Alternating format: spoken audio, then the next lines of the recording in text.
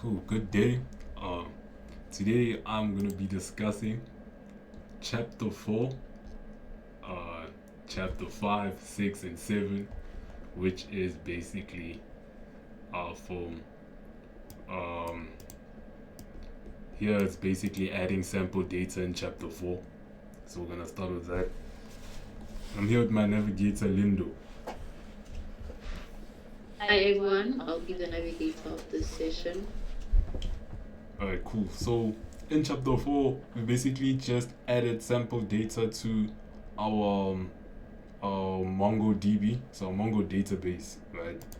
But firstly, before doing that, I'd like to show how I connected um, my cluster, which is basically my environment where my databases are. I connected that to my compass over here so that we can use that environment in our MongoDB compass. So firstly, after creating the cluster and all of that, I came here to connect and to drivers. Then copying this script over here, right, and pasting it in my env file, which is basically here. Then this basically within it has the password for my atlas, right? And uh, after that, basically I need to create a connection in order for it to be in my compass. So I create a connection and then I basically copied it over here. So I copied this script over there and created the connection by clicking connect. Then after that, I get my cluster, so my environment over here, and it basically has the database that I need for my movies application, and it shows all the collections over here. Then adding sample data, essentially what I did, basically you just come here and then I can load sample data over here and can choose which sample data I want to load. So I loaded this sample supplies data, but I can load sample data here, and once that's loaded, it basically shows in my my MongoDB compass. So at first I loaded this sample supplies database over here, and it shows there. So yeah, that's for chapter 4. Then in chapter 5, basically, was about setting up our Node.js Express backend. So here we just ran installations, right? So basically, npm init.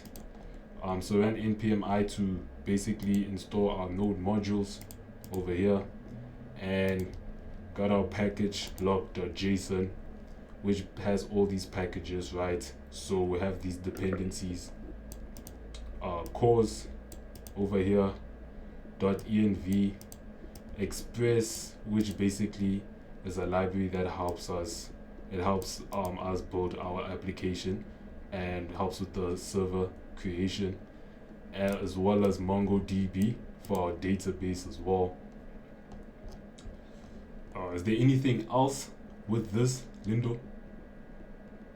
I would like to add why we have each dependency there, right? Yeah. So obviously we have what's this Express and MongoDB, which are the main dependencies that we're using. So Express is essentially what we use for creating our middleware function, connecting functions, connecting to our database and everything. So it's basically a framework for Node. And then MongoDB is now a database, backend database. So we're importing MongoDB to be able to work with the MongoDB database to connect to localhost or to connect to the cloud database, whatever that is related to MongoDB. Then you have the course, Cool. which is what is it? Cross cross origin origin, resource sharing, I uh, believe.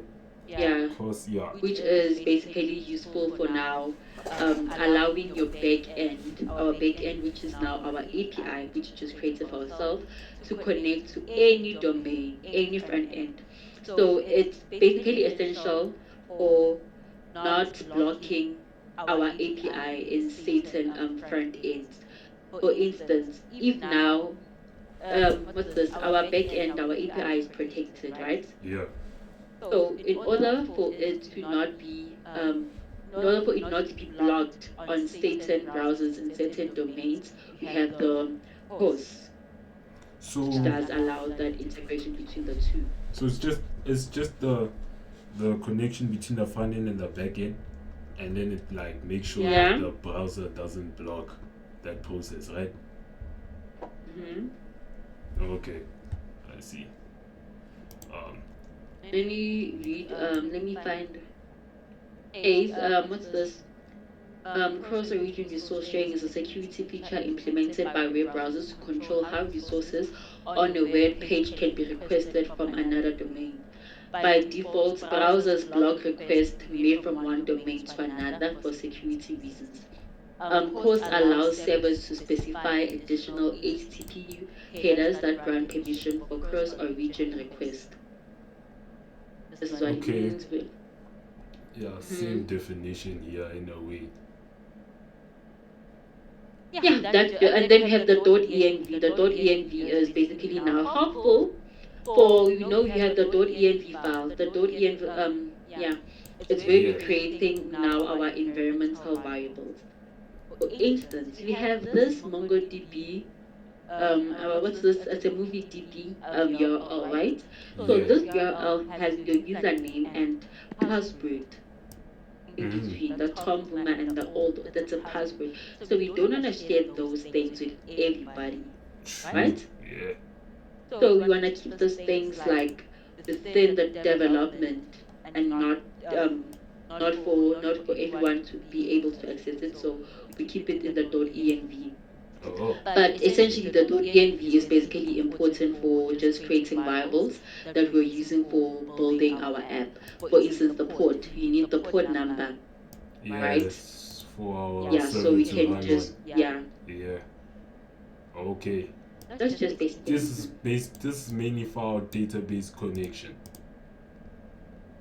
Excuse me? I'm saying this is mainly for our database connection. This environment variable Yeah, in a way. mm, Because like not really for the database connection. It's everything related to like building your server, your ports, your if you have an API, if you're connecting to an API, right? Your API key, you can put it here, like okay. anything. hmm Yeah, I see. I see.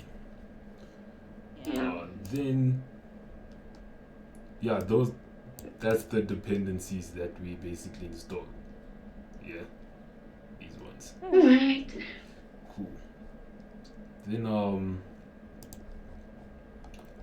then also just node install NodeMen as well, and yeah, that's basically for chapter 5. Then in chapter 6, this was where you created. Relax, create a new video, Tom. No. Oh, okay, yeah, now if you create a new video.